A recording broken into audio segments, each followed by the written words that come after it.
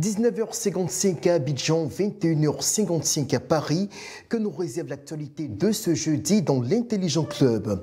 Report du procès Valérie Yapo PDCI RDA, répit ou pression sur le parti septuagénaire, Flintlock 2025, la Côte d'Ivoire pilier de la stabilité régionale avec les États-Unis, hausse de l'impôt sur le foncier, ce qu'il faut savoir. Soro Djabiga, Jean-Richard Nguessan, merci de votre présence encore ce soir sur le plateau. Je note que nous avons un invité ce soir, Jean-Marc Kwame, expert en politique publique, pour nous éclairer sur la question de la hausse des impôts sur le foncier. Quelques secondes de pause et on revient pour le décryptage.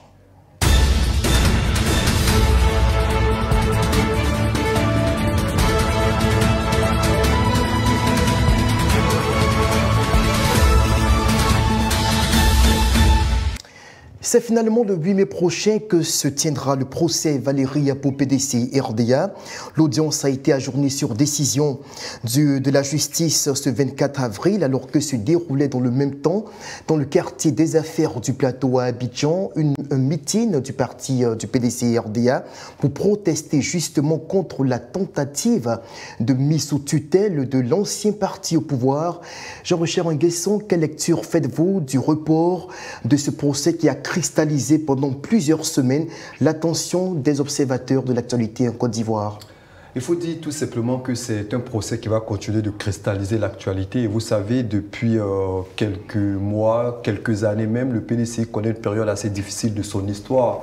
Depuis l'avènement de Tidjane Thiam, avec la dynamique qu'a connue ce parti, fort malheureusement, il y a des procédures judiciaires en point fini.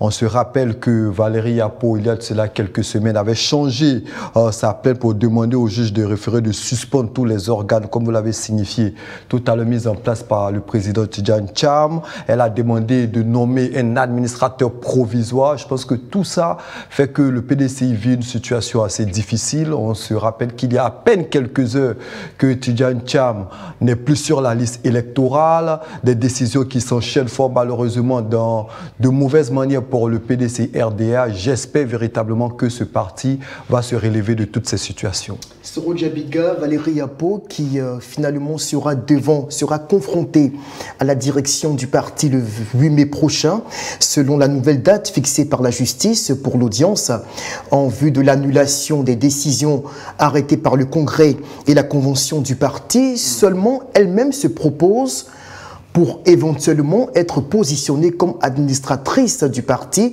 pour une période intérimaire. Quelle est votre lecture justement de cette démarche entreprise par la plaignante? Déjà, il faut souligner que ce procès qui oppose Tidjane Thiam, le président du PDCI, à Dame Valérie Yapo, qui a été reporté déjà au mois de mai 2025, intervient dans un contexte politique hautement sensible.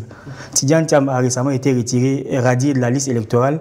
Après Laurent Gbagbo, qui a été radié également de la liste électorale, la pression monte au niveau de la sphère politique en Côte d'Ivoire. À l'international aussi, toutes les chapelles financières, politiques et juridiques se font écho de tout ce que traverse la Côte d'Ivoire en ce moment. Ce n'est pas bon pour l'image de la Côte d'Ivoire.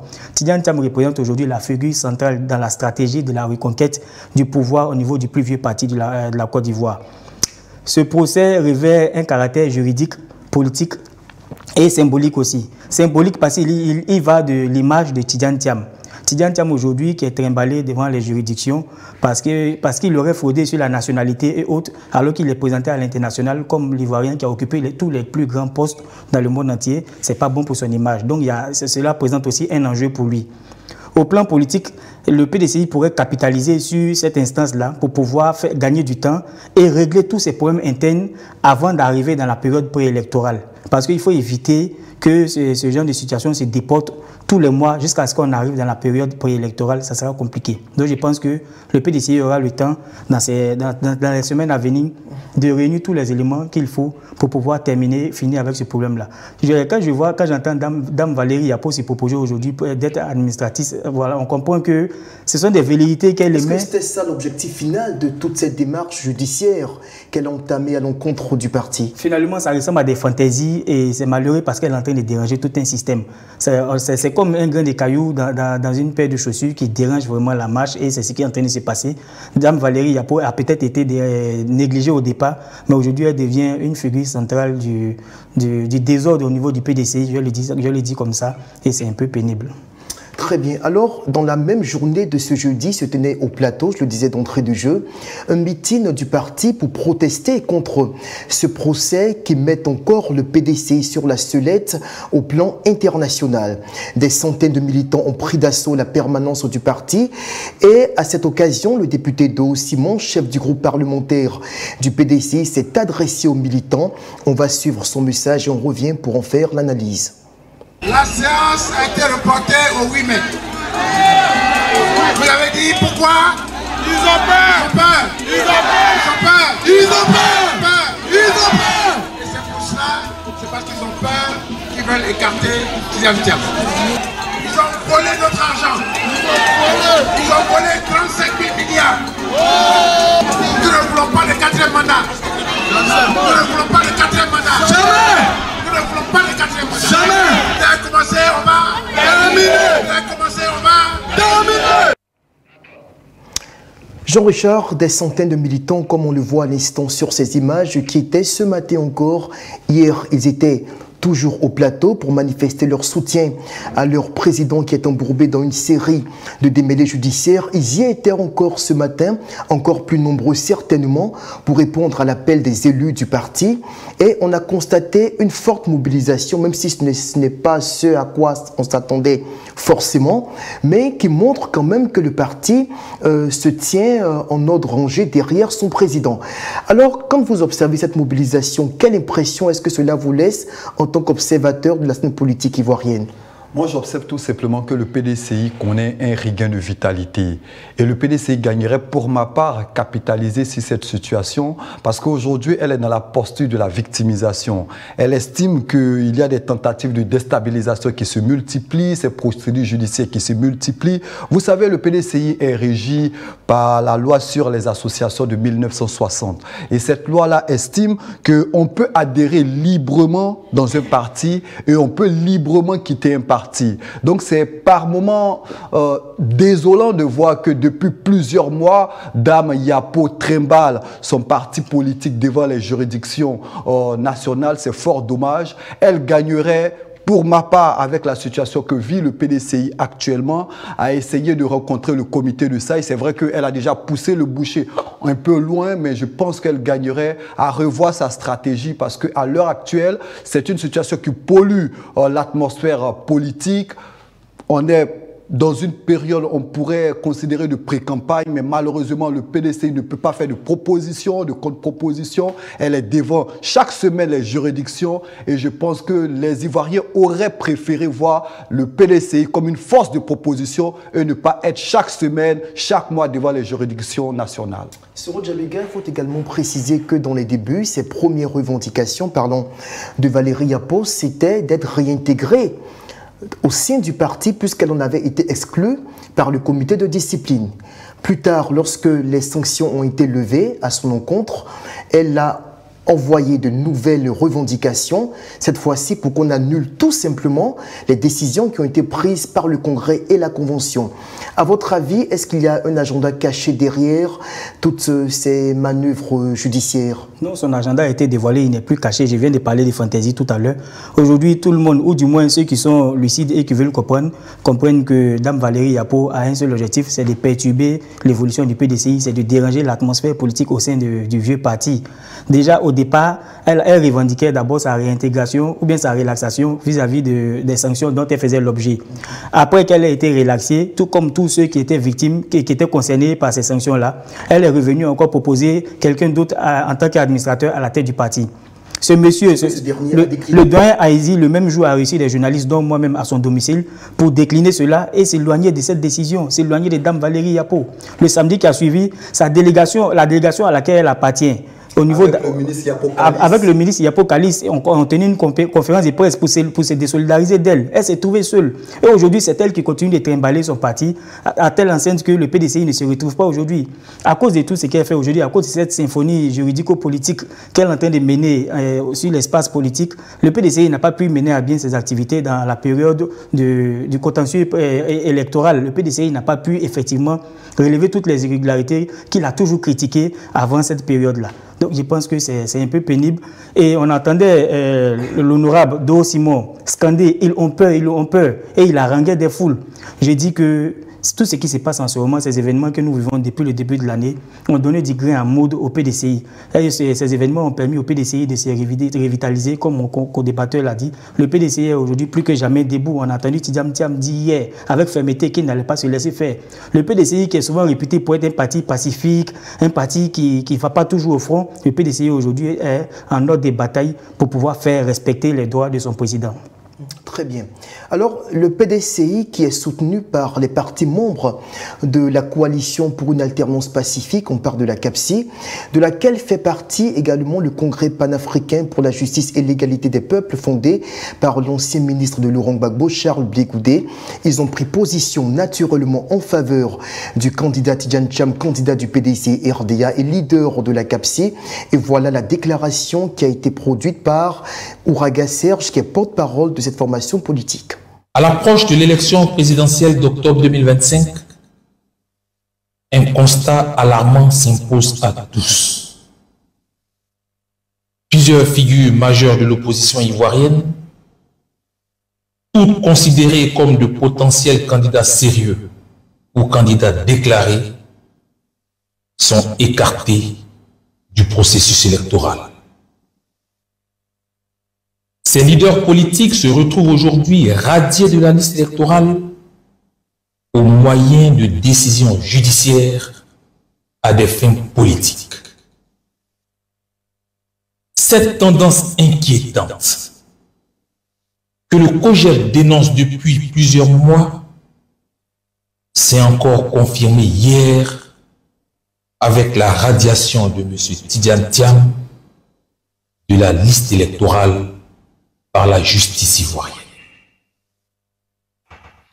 Cette radiation, en plus de celle du président Charles Blé Goudé, du président Laurent Gbagbo et de Guillaume Soro, illustre clairement la logique d'exclusion délibérée et systématique des principaux leaders de l'opposition. Jean-Richard, commentaire après cette déclaration de Serge Ouraga.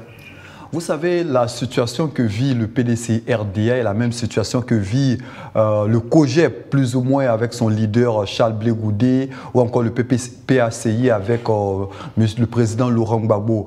C'est une situation qui est plus ou moins déplorable. On aurait aimé voir en octobre 2025 une démocratie assez pleine au niveau de la Côte d'Ivoire, avec tous les partis ayant la possibilité de présenter leurs leaders, mais la justice en a décidé autrement.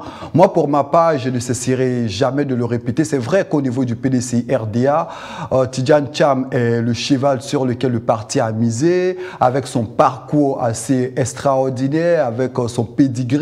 Il aurait permis au PDCI de se hisser à un certain niveau, mais il y a un constat. Que faut-il faire? Pour ma part, c'est au PDCI de tirer les leçons de cette décision de justice et de voir les différentes possibilités en vue d'être, parlant du parti, et en vue d'être présent pour les prochaines échéances électorales. Soro Djabiga, votre lecture des déclarations du COJEP de Charles Blé Goudé? Nous avons entendu le porte-parole qui a appelé à la réintégration de Charles Blé Goudé, Guillaume Kibafoui Soro, Tidjane Thiam et Laurent Gbagbo. C'est quelque chose qui symbolise, qui annonce une unicité au niveau de l'opposition, chose qui n'était pas évidente dans les débuts. On a entendu la CAPSI, après sa première rencontre, rejeter le GPS en tant que parti qui a été dissous. Aujourd'hui, quand on entend le porte-parole qui appelle à la réintégration de tous ces leaders-là, notamment Guillaume Soro, ça veut dire que la situation que nous vivons en ce moment va permettre de cristalliser toute l'unité de l'opposition et ça va faire une grande force. Ça va forcément pousser nos dirigeants à revenir sur la table des négociations. Mais je pense que il faut, à quelques mois de l'élection, quand on connaît ce que nous avons vécu 15 ans en arrière, je pense que le gouvernement doit déjà se préparer pour pouvoir anticiper sur ce qu'on pourrait revivre, parce que c'est pénible. La Côte d'Ivoire vient de très loin. La Côte d'Ivoire est traumatisée par les périodes préélectorales, électorales et post-électorales. Donc je pense que ce qui est en train de venir, c'est que l'opposition risque de se mettre ensemble et ça peut déstabiliser l'ordre des choses. Donc je pense qu'il est important aujourd'hui que le pouvoir et l'opposition se mettent ensemble pour pouvoir régler tous ces problèmes. Comme vous, Soro Djabega, Geneviève Götzinger, qui est présidente de l'agence de communication politique Image en France, craint-elle également pour l'avenir de la Côte d'Ivoire? Elle se doute que l'élection se déroule dans de bonnes conditions, avec les tensions préélectorales qui entourent l'atmosphère actuellement. Et elle a produit une déclaration dans laquelle, une analyse dans laquelle elle exprime ses craintes sur l'avenir de la Côte d'Ivoire pour les 6 prochains mois à venir, jusqu'en octobre 2025. On va l'écouter. Je ne suis pas sereine parce que la Côte d'Ivoire n'a pas mené à terme son processus de réconciliation. On le sent bien en ce moment, il y a une montée des tensions politiques et certaines forces en interne pourraient bien être tentées de se rapprocher d'IB. Certains le font sans doute déjà pour déstabiliser leur propre pays depuis le Burkina. Ce serait un mauvais remake d'une histoire ancienne que l'on connaît bien.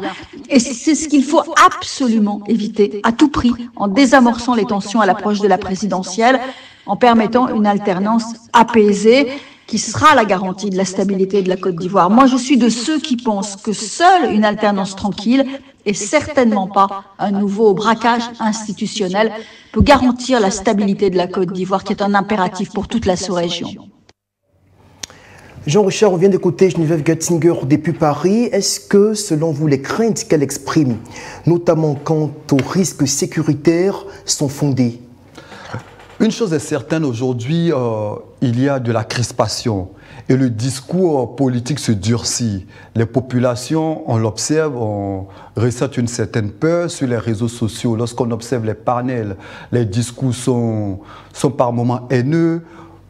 Il faut dire que les hommes politiques aujourd'hui ont une responsabilité vis-à-vis de ce qui se passe. Soro évoquait il y a quelques instants les différentes crises préélectorales, électorales ou post-électorales que la Côte d'Ivoire a vécues. Il nous faut tirer tous ensemble les leçons de tout ce que nous avons vécu et il est plus que jamais nécessaire que nos hommes politiques essaient de faire de la responsabilité ou essaient de mettre en avant l'intérêt supérieur de la nation. Quand je parle d'intérêt supérieur, c'est vrai que de part et d'autre, il peut y avoir de la frustration. Mais en dépit de cette frustration-là, il faut avoir en regard la Côte d'Ivoire. Que faut-il faire pour sauver la Côte d'Ivoire? Et pour ma part, c'est le plus important, que ce soit du côté du PDCI RDA. C'est vrai que la situation que Tidjane Thiam vit aujourd'hui est une situation bien déplorable pour le parti, parce que Tidjane Thiam est le champion du parti, élu avec près de 99% lors de la dernière convention. C'est vrai qu'au niveau du PPACI, le champion reste le président Laurent Gbagbo, mais je me dis que dans un parti, il y a possibilité de voir avec d'autres personnes qui peuvent relever des défis. Tant que la Côte d'Ivoire doit être mise en avant, il faut mettre la nation en avant et voir s'il y a d'autres possibilités pour qu'on aille à ces élections-là, surtout dans la paix. Soro, on peut craindre d'éventuels débordements? Oui, mais Geneviève Götzinger a proposé une solution et dans la chute de son propos que je vais relever, elle a dit sans alternance démocratique, on pourrait arriver au pire. Effectivement, la Côte d'Ivoire manque de culture démocratique et cette alternance-là, on a toujours recherché cette alternance-là pendant les périodes électorales. Malheureusement, on n'a jamais connu cela. Et on comptait sur nos acteurs politiques pour pouvoir vivre cela merveilleusement cette année, mais malheureusement, avec ce qui est en train de se passer, nous sommes en train de nous éloigner du but. Voyez-vous, l'opposition regorge de grands leaders d'opinion. Je vais commencer par Tidjane Thiam. À son arrivée, Tidjane Thiam a fait un maillage sur pratiquement toute l'étendue du territoire. On a vu ce que ça donnait. On a vu comment Tidjane Thiam mobilise. Tidjane Thiam a fait une tournée pendant la période de la RLE. Au niveau d'Abidjan, nous avons vu les embouteillages que cela créait. Tidjane Thiam n'est pas un petit personnage. C'est le président d'un grand parti qui est le PDCI. Il a lui-même sa statue internationale. Un président comme Laurent Gbagbo, nous avons vu ce qu'il a pu réaliser lors du meeting de Dabou. Toute la ville de Dabou était paralysée, malgré qu'ils aient été localisés dans un aérodrome en pleine broussaille. Nous avons vu toute la mobilisation que cela a suscité de partout les territoires, toutes les localités du territoire national. Donc aujourd'hui, avec ces deux grandes têtes que nous avons dans l'opposition, il ne faut pas s'amuser à louvoyer avec eux, il ne faut pas s'amuser à vouloir manipuler l'instrument juridique pour pouvoir les écarter. Ça va forcément créer des conséquences dramatiques et ce n'est pas bon pour la Côte d'Ivoire. Donc je pense que nous sommes en droit de craindre le pire avec ce que nous avons déjà vu ce matin. Et le mois dernier encore, avec l'avant-dernier procès de Dame Valérie Yapo, nous avons vu des députés qui ont été molestés à l'entrée du tribunal. Et ce n'est pas une belle image, surtout que nous sommes en période électorale, une période assez sensible. Il parle pour répondre assez rapidement. Très rapidement, avant qu'on ne referme ce chapitre avec il parle de partis assez forts. Moi, j'estime que c'est vrai que c'est des partis forts. Il gagnerait aussi à penser à des plans B. C'est vrai que il faut que Jean-Richard arrête de cautionner. Il faut que Jean-Richard arrête de cautionner le fait qu'on viole les droits élémentaires et fondamentaux des leaders politiques. Mais c'est pas possible. Chaque fois vous revenez là-dessus. Pourquoi vous voulez qu'ils optent pour un plan B? Oui, je sais. Nous sommes en train de débattre. Pourquoi Jean-Richard veut forcément que ces leaders-là optent pour un plan B? On ne va pas continuer à construire les forfaitures politiques en Côte d'Ivoire. La décision de RHDP au pouvoir. La décision de justice nous dit qu'elle n'est pas susceptible d'aucun recours. C'est ce que la justice nous dit. Ce sont les droits qui sont violés. Ce sont les droits élémentaires et fondamentaux qui sont violés. Face à toute telle situation, nous avons Charles Blé Goudé qui est concerné par ces décisions-là. Nous avons Soro Guillaume, nous avons Laurent Gbagbo et tout récemment Tidjane Thiam. Mais ça fait de trop, c'est une exclusion de trop. Il ne faut pas qu'on s'asseye pour cautionner cela. Nous avons lutté, nos ancêtres ont lutté pour la démocratie, nos ancêtres ont lutté pour la paix. On ne va pas arriver à ce stade-là en 2025 encore et puis revivre cela. Les quatre têtes les plus fortes de l'opposition qui sont à l'heure actuelle écarté de la course à la présidentielle. Et justement, il y en a un, je vous l'ai très souvent dit en début d'émission, vous avez la possibilité de contribuer au débat en nous écrivant au numéro qui va s'afficher sur votre écran à l'instant par WhatsApp. Et il y a Sia, le nom, permettez-moi que je le retrouve, un artiste chanteur, Sia Raël plutôt, voilà, qui a donc décidé à son niveau d'apporter sa modeste contribution. Il pense, contrairement à beaucoup d'entre nous, que l'Afrique n'est pas mûre pour la démocratie et qu'il n'est même pas nécessaire de se précipiter pour organiser des élections. Il plaide pour que nous allions enfin vers les États-Unis d'Afrique. On va l'écouter. Bonsoir les amis. Ce qui est important actuellement pour la Côte d'Ivoire et pour l'Afrique, c'est de créer les États-Unis d'Afrique. Ce ne sont pas les élections. Les élections, quel que soit le mode du scrutin, quels que soient les résultats, seront tous contestés. Alors que si nous faisons les États-Unis d'Afrique, la guerre entre le Rwanda et la RDC va s'arrêter. Les violences qui se passent en Ouganda vont s'arrêter. Et ça nous donne sauver des vies. Même les crises post-électorales qui allaient peut-être survenir en Côte d'Ivoire n'auront pas lieu. Donc je conseille à nos autorités, à nos icônes, à nos chanteurs, que ce soit les Alpha Blondy, les Tikenka et autres, de s'y investir, afin d'appeler tous ceux qui connaissent, afin qu'on crée ici et maintenant les États-Unis d'Afrique. Ce n'est pas qu'il y ait des élections transparentes, non. Vous êtes des panafricains, ce n'est pas de pouvoir d'abord arriver au pouvoir avant de créer les États-Unis d'Afrique. Aidez ceux qui sont là. Cher les États-Unis d'Afrique, pour éviter tous ces conflits électoraux que nous connaissons, vous y croyez ? Oh, pas forcément. Il ne faut pas désespérer de la démocratie en Afrique. Le Libéria a vécu bien de situations assez difficiles, mais le pays a réussi à sortir de ces différentes situations et marche sur le chemin de la démocratie. Le Ghana, à côté de nous, a vécu bien de situations difficiles. Aujourd'hui, ces deux cas que vous évoquez, le Sénégal prioriser l'alternance. On priorisait l'alternance et cela dit, il ne faut pas désespérer de l'Afrique ou encore moins de la Côte d'Ivoire. C'est vrai que quand il y a, chaque fois qu'on approche des élections, il y a une certaine frayeur, il y a une certaine peur, il y a une certaine manipulation. Mais pour ma part, il ne faut pas désespérer. Il y a encore de l'espoir pour ma part. Oui, notre intervenant a parlé de la formation de l'États-Unis d'Afrique. Je pense qu'il enfonce une porte qui est déjà ouverte. Hein. L'ex-président Kadhafi a longtemps mûrement réfléchi là-dessus. Voilà, l'ancien président libyen, il a mené plusieurs actions en faveur de cette union-là. Mais il y a eu plusieurs je crois qu'à plusieurs niveaux, d'abord de par les différences idéologiques, culturelles, au niveau des monnaies, il y a eu trop de problèmes. Avant d'aboutir à cela, ça va prendre beaucoup d'années. Pendant ce temps où nous sommes actuellement, comment fait-on pour sortir de cette impasse que nous connaissons en ce moment? Vous savez, ce que nous vivons aujourd'hui avec le retrait de ces 4 grands leaders de l'opposition-là pose le problème de la crédibilité de nos institutions. C'est un problème institutionnel. En plus des problèmes juridiques que nous connaissons aujourd'hui, il y a le problème institutionnel. On ne parle même pas du problème de la CEI qui a été longtemps discuté. On n'a même pas encore trouvé de solution. Et là, on revient avec de nouveaux débats. Il faut réintégrer tel sur le fichier électoral. Qu'en est-il du sujet épineux de la révision de la liste électorale, de l'audit du fichier électoral, de la réforme de la CEI? Ça fait trop de problèmes de trop. Voilà. Très bien. Flintlock 2025, 38 pays, dont plusieurs pays membres de l'OTAN qui sont à Abidjan dans le cadre d'exercices militaires pilotés par les États-Unis. Et ce, du 24 avril au 14 mai prochain. Donc, c'est officiellement ouvert aujourd'hui, jeudi 24 avril 2025. Alors, quels sont les enjeux de ces manœuvres militaires qui sont assez audacieuses et qui mobilisent des forces spéciales de toutes ces nations qui sont présentes en Côte d'Ivoire? On va écouter l'analyse qu'en fait Ian Lazare. Il est expert en sécurité et en défense.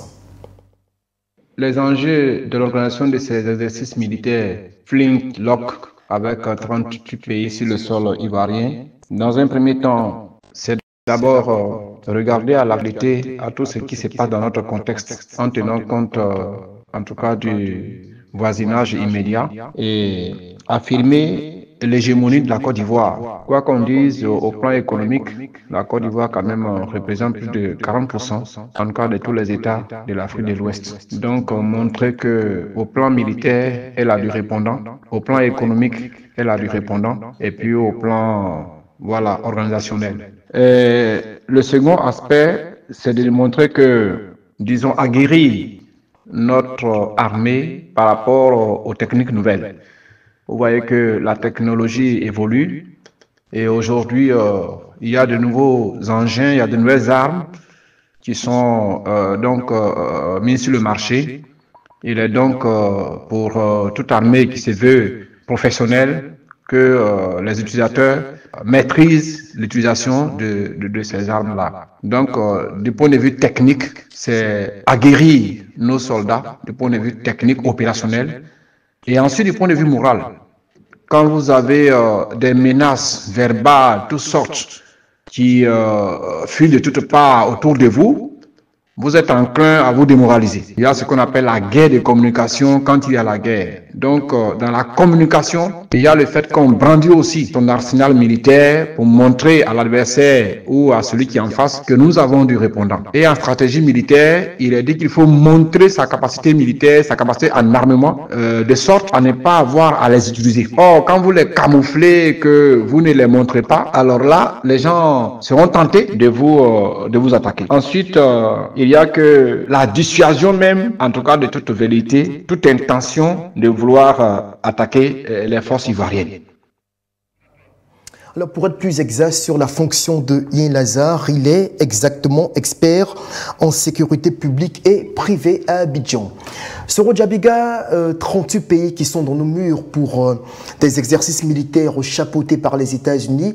Quelle impression est-ce que cela vous laisse? D'abord, j'aimerais préciser que Flintlock est l'un des exercices militaires les plus stratégiques pour les armées africaines en collaboration avec leurs partenaires occidentaux. L'édition de 2025, avec la Côte d'Ivoire comme l'acteur majeur, est une reconnaissance claire de son positionnement stratégique et de son rôle de stabilisateur dans la sous-région. Mais il y a plusieurs enjeux, il y a aussi des inconvénients.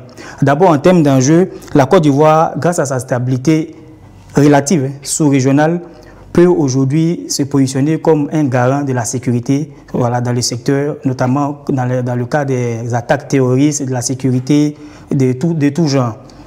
La Côte d'Ivoire également pourrait capitaliser sur cette formation-là et se positionner à l'international, parce que cette formation lui confère aujourd'hui une certaine crédibilité et ça peut ouvrir aussi la porte sur plusieurs types de formations de ce genre-là, notamment dans le cadre de la sécurité, dans le cadre de la logistique, mais toujours dans le contexte militaire. Mais attention, ce rôle de gendarme sous-régional peut aussi ouvrir la voie à plusieurs attaques. La Côte d'Ivoire peut paraître aujourd'hui comme une menace pour les ennemis de la sécurité dans la sous-région. Et nous pourrons vivre des séries d'attaques ou bien nous pourrons être ciblés éventuellement par ces acteurs-là. Voilà, c'est ce que j'aimerais souligner dans un premier temps. Très bien, Jean-Richard Nguesson. On a actuellement à Abidjan, enfin à Jacquesville, qui abrite l'Académie de lutte contre le terrorisme, 38 armées, 38 unités de forces spéciales de différents pays, dont plusieurs armées de l'OTAN. Est-ce que cela n'est pas quand même un signe important pour le rayonnement de la Côte d'Ivoire ou pour le rôle crucial que peut jouer ce pays pour la stabilité dans la sous-région ouest-africaine? Ah oui, c'est incontestable.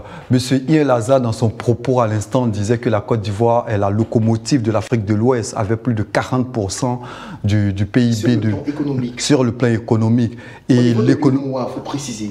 Et il faut ajouter à cela une sécurité, où il faut contribuer à la sécurité de la Côte d'Ivoire pour que l'économie continue de progresser. Vous savez, la Côte d'Ivoire se distingue depuis quelques années par la modernisation de son armée. Il y a l'acquisition de matériel, d'hélicoptères de combat, on en parlait ici mais il y a quelques temps, on parle de drones, de chars, et il faut mettre également les hommes à niveau. On sait que l'armée est modernisée, il y a les effectifs qui ont été renforcés, le budget militaire de la Côte d'Ivoire a littéralement doublé, et aujourd'hui on est face à des enjeux. Le terrorisme à pignon sur rue fort malheureusement aujourd'hui en Afrique de l'Ouest. Le nombre de morts dans le Sahel liés au terrorisme a pratiquement triplé.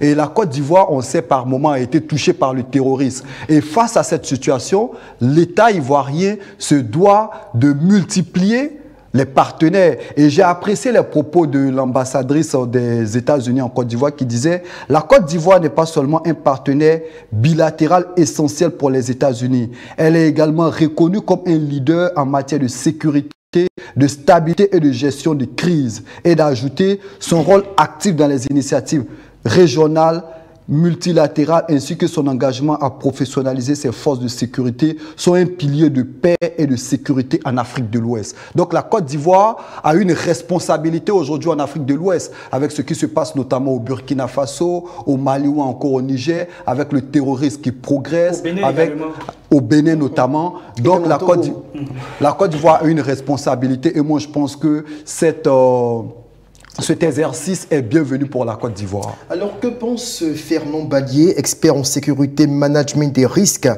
quant aux bénéfices que pourrait avoir la Côte d'Ivoire au sortir de ses opérations militaires sur son sol? Il en a fait l'analyse dans cet élément que nous allons écouter tout de suite. Notons que cet exercice qui se tiendra donc le 24 avril jusqu'au 14 mai, qui va regrouper près de 38 pays, est un exercice de coopération militaire qui a pour objet d'apporter la formation, le renforcement des institutions et la coopération entre pays. Mais en quoi est-ce que la Côte d'Ivoire est bénéficiaire d'un tel exercice? Un tel exercice consiste à renforcer les capacités de nos forces armées à pouvoir faire face aux menaces extérieures, permettre à nos forces de mieux appréhender les missions d'intervention conjointes, soit pour des missions de paix et gestion de crise. Ces exercices renforcent l'image de notre pays par son armée et la place stratégique qu'elle occupe dans la sous-région. Un tel exercice de coopération militaire est essentiel pour pouvoir identifier les forces et les faiblesses de notre armée sur les plans techniques, tactiques et logistiques. Tout cela concourt à renforcer la diplomatie, mais surtout rassurer les opérations qui se feront par les militaires, mais surtout rassurer les opérateurs économiques.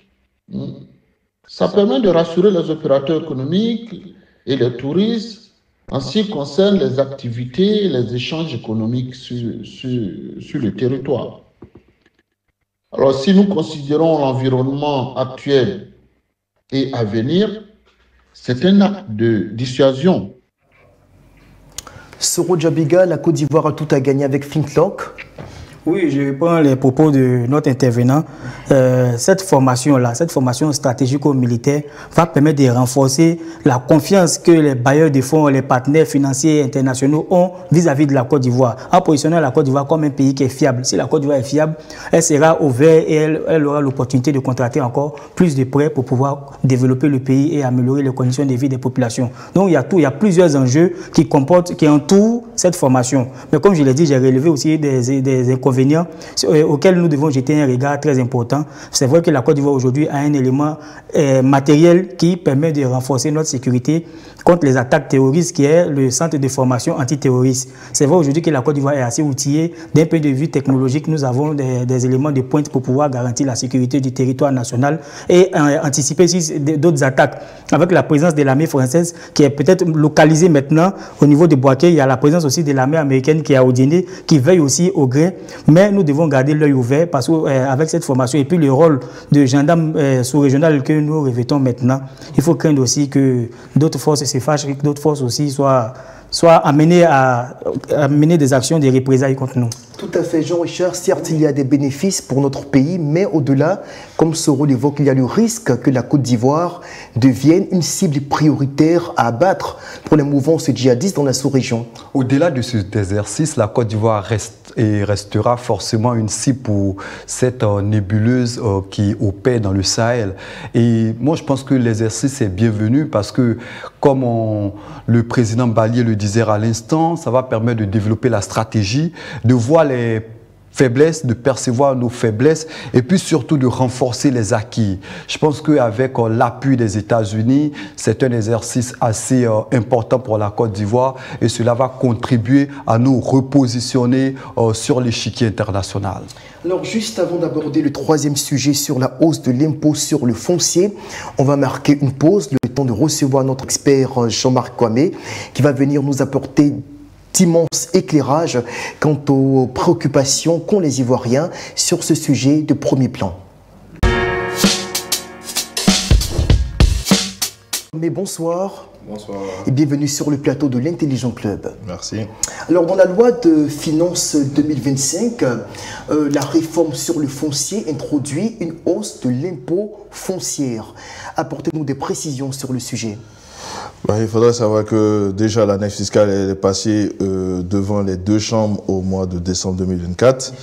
Donc nous nous étonnons déjà que cette information ne paraisse maintenant au grand public qu'en avril. Et surtout de la part de certains politiciens qui, pour la plupart d'entre eux, sont des députés, donc qui ont sans doute voté la loi de finances. Donc ils savaient très bien que certaines dispositions allaient prendre effet à partir de la première semaine du mois de janvier. Donc au niveau principalement de cette réforme, il se révèle que l'impôt sur le foncier, qui a une bonne capacité de mobilisation de recettes, apportait un tout petit peu en deçà des prévisions.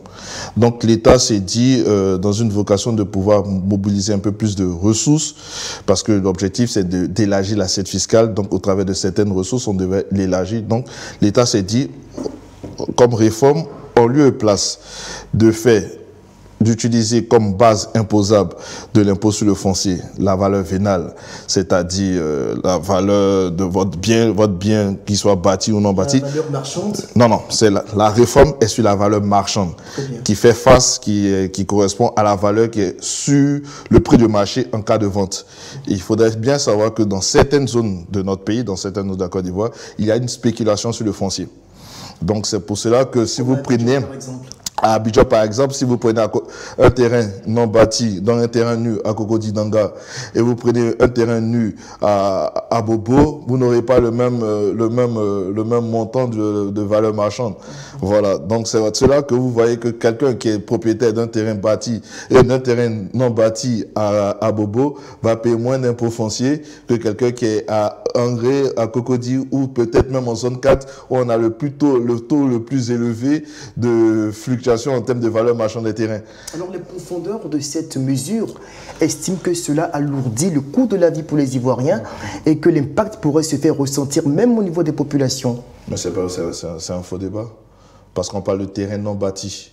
Donc en quoi est-ce que ça agit sur le pouvoir d'achat ou sur l'entreprise ou sur le quotidien? Après, les propriétaires de ces terrains sont les Ivoiriens, sont des contribuables. Mais ils sont des contribuables, mais est-ce que vous savez que même en étant contribuable, même quand l'impôt était ramené sur la valeur vénale, on avait un manque criant de paiement de cet impôt? Voilà, donc d'une certaine façon, on peut parler de justice, d'équité fiscale. Oui, c'est vrai, dans le sens où certains vont payer un peu plus d'impôts, mais dans le sens aussi, c'est de casser aussi d'une certaine façon cette spéculation immobilière qu'il y a dans certaines zones de notre pays. Mais qu'est-ce qui peut expliquer la survenue d'une telle décision au mois d'avril? Non, la décision, ce n'est pas une décision au mois d'avril. La décision, la loi de finances est passée devant les deux chambres au mois de décembre 2024.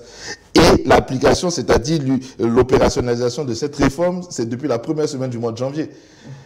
Donc, en réalité, et la loi et l'annexe fiscale a été présentée à la Confédération Générale des Entreprises de Côte d'Ivoire, donc le grand patronat, et même au niveau de certaines structures et fêtières d'entreprises. Donc, il n'y a pas eu de problème. Donc, cette sortie s'est faite à dessein par certains acteurs politiques qui, malheureusement... Après, je me fais l'écho de certaines populations qui s'interrogent. On se dit, il se raconte partout que la Côte d'Ivoire est surendettée. Je sais que vous brûlez d'envie d'en parler. Vous avez même apporté votre contribution sur le sujet dans l'émission d'hier.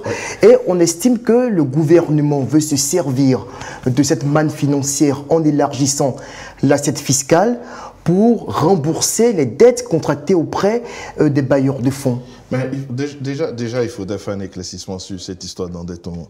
Je pense que le rapport risque-pays de Bloomfield Intelligence a bien précisé que on a un rapport d'endettement qui est modéré et haut. Là où je voulais faire une nuance, quand vous prenez les normes internationales de contrôle supérieur des finances publiques d'anciens organismes onusiens, vous le rapportez dans ces indicateurs de dette, on vous dit par exemple, vous avez comme indicateur de dette le ratio service de la dette sur les recettes budgétaires et non sur les recettes fiscales. Parce que les recettes budgétaires, vous avez les recettes fiscales, vous avez les recettes non fiscales, vous avez les dons et les programmes. Les recettes fiscales, quand vous prenez un environnement comme la Côte d'Ivoire ou bien tous les pays d'Afrique subsaharienne, le taux de recouvrement de recettes fiscales est inférieur à un peu plus moins de 20% du PIB. C'est très faible.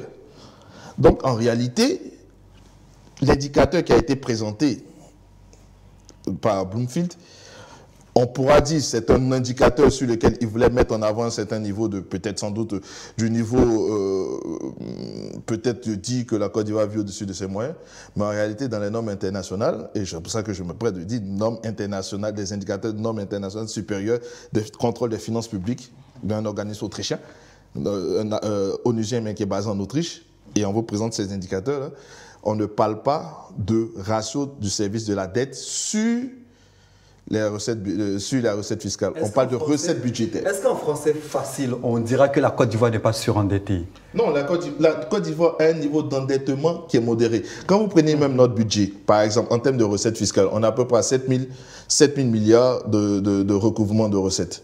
OK? Et quand vous prenez, dans ce même budget 2025, on a à peu près à 8 000 milliards d'emprunts qui vont être faits.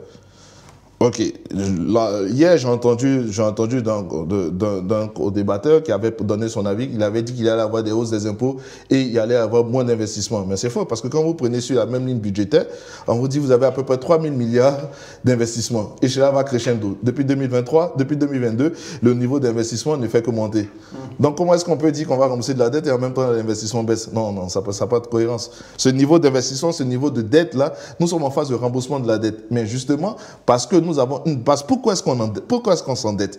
On a des projets de développement que nous voulons faire, mais nous n'arrivons pas à capter suffisamment les impôts au niveau local pour pouvoir exécuter ces projets que nous voulons. C'est pour ça qu'on se voit sur les marchés internationaux. Il faut qu'on le dise, il y a la corruption qui sévit et qui est une gangrène qui semble insurmontable. Et je suis entièrement d'accord avec vous. On parle de plusieurs milliers de milliards qui se perdent chaque année. On entrevoit très difficilement les sanctions au niveau étatique. Est-ce que cela ne contribue pas justement à inquiéter les Ivoiriens pour se dire lorsque la corruption, on ne trouve pas de remède à cette gangrène-là, et que dans le même temps, on nous demande de payer plus d'impôts ou qu'on taxe le secteur du foncier, est-ce qu'il n'y a pas là un mauvais équilibre? Non, il y a plusieurs choses. Au niveau de la corruption, vous avez entièrement raison, parce que tout Ivoirien, je me dis que tout Ivoirien sera fier de payer suffisamment d'impôts. Je ne parle pas tout le monde des acteurs du secteur informel. Tout Ivoirien sera suffisamment prêt à payer beaucoup plus d'impôts quand il va voir que l'utilisation il y aura une utilisation efficiente et efficace de ces ressources. Comment le voir? Aidez-nous en quelques minutes. Pour le moment, comme vous voyez un peu, on voit un peu comment ça se passe en Côte d'Ivoire. Certains se plaignent de la corruption, il y a ci, il y a ça, mais de toutes les façons, dans tous les pays, il y a de la corruption. Ça, faudrait qu'on soit factuel. La corruption, elle est de partout. Donc, ce n'est pas pour autant que nous n'allons pas faire du civisme fiscal. La corruption, c'est partout. Voilà, ça, il faudrait qu'on soit factuel. La corruption, c'est pas tout, mais il faut lutter contre la corruption. Mais nous aussi, la corruption, ce qu'on oublie, la corruption, elle a deux phases. Il y a la corruption active et la corruption passive. Souvent, nous, les acteurs aussi, nous faisons de la corruption d'une certaine façon. Donc, nous aussi, nous contribuons à la corruption. Donc, nous tous, c'est un cri de cœur. La corruption, elle est partout, mais nous aussi, nous devons faire preuve de civisme fiscal. Voilà. Donc, c'est de la désinformation que de parler de Digbadette. La Digbadette, elle correspond à quoi? La Digbadette, elle a des résultats. La Digbadette, il y a des choses, c'est factuel, il y a des choses qui ont été faites. Donc, il y a ces dettes, il y a un stock de ces dettes. Il y a un stock qui est là, de ces dettes, mais ce stock est remboursé. Moi, je ne sais pas quelle solution les politiques pourront nous dire, mais on a un équilibre ici entre dette. Le modèle économique de la Côte d'Ivoire, c'est quoi? C'est le fonctionnement de la dette et les ressources fiscales. Il faudrait que juste qu'on essaie d'augmenter un peu la base imposable, là, donc de tous ceux qui contribuent à l'impôt, qu'on n'augmente pas qu'on augmente les impôts, mais qu'on augmente le nombre, donc le volume d'acteurs qui payent les impôts. Parce qu'en réalité, vous n'avez pas beaucoup d'acteurs qui payent les impôts. Puisqu'on est là fondamentalement pour parler de l'impôt sur le foncier, moi, en tant qu'Ivoirien lambda, qui ne suis pas introduit aux questions économiques, je voudrais savoir, est-ce que cela veut dire qu'en allant acquérir un bien foncier, je serai astreint à des paiements plus lourds sur l'impôt? Non, pas forcément, parce que l'intérêt ici, c'est de, si vous voulez, bloquer tout ce qui est spéculation financière, spéculation mobilière. Si vous allez acquérir un bien, ça dépend si vous allez acquérir un bien dans votre village. Déjà, si vous voulez, en fonction des zones que le CPC, le Centre de promotion des investissements en Côte d'Ivoire, a fait, vous n'allez pas avoir le même taux d'imposition. Déjà.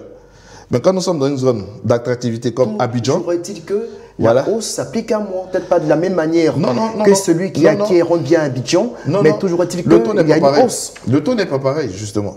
Le taux n'est pas pareil et la valeur marchande, la valeur marchande ne sera pas pareille si vous avez un terrain non bâti.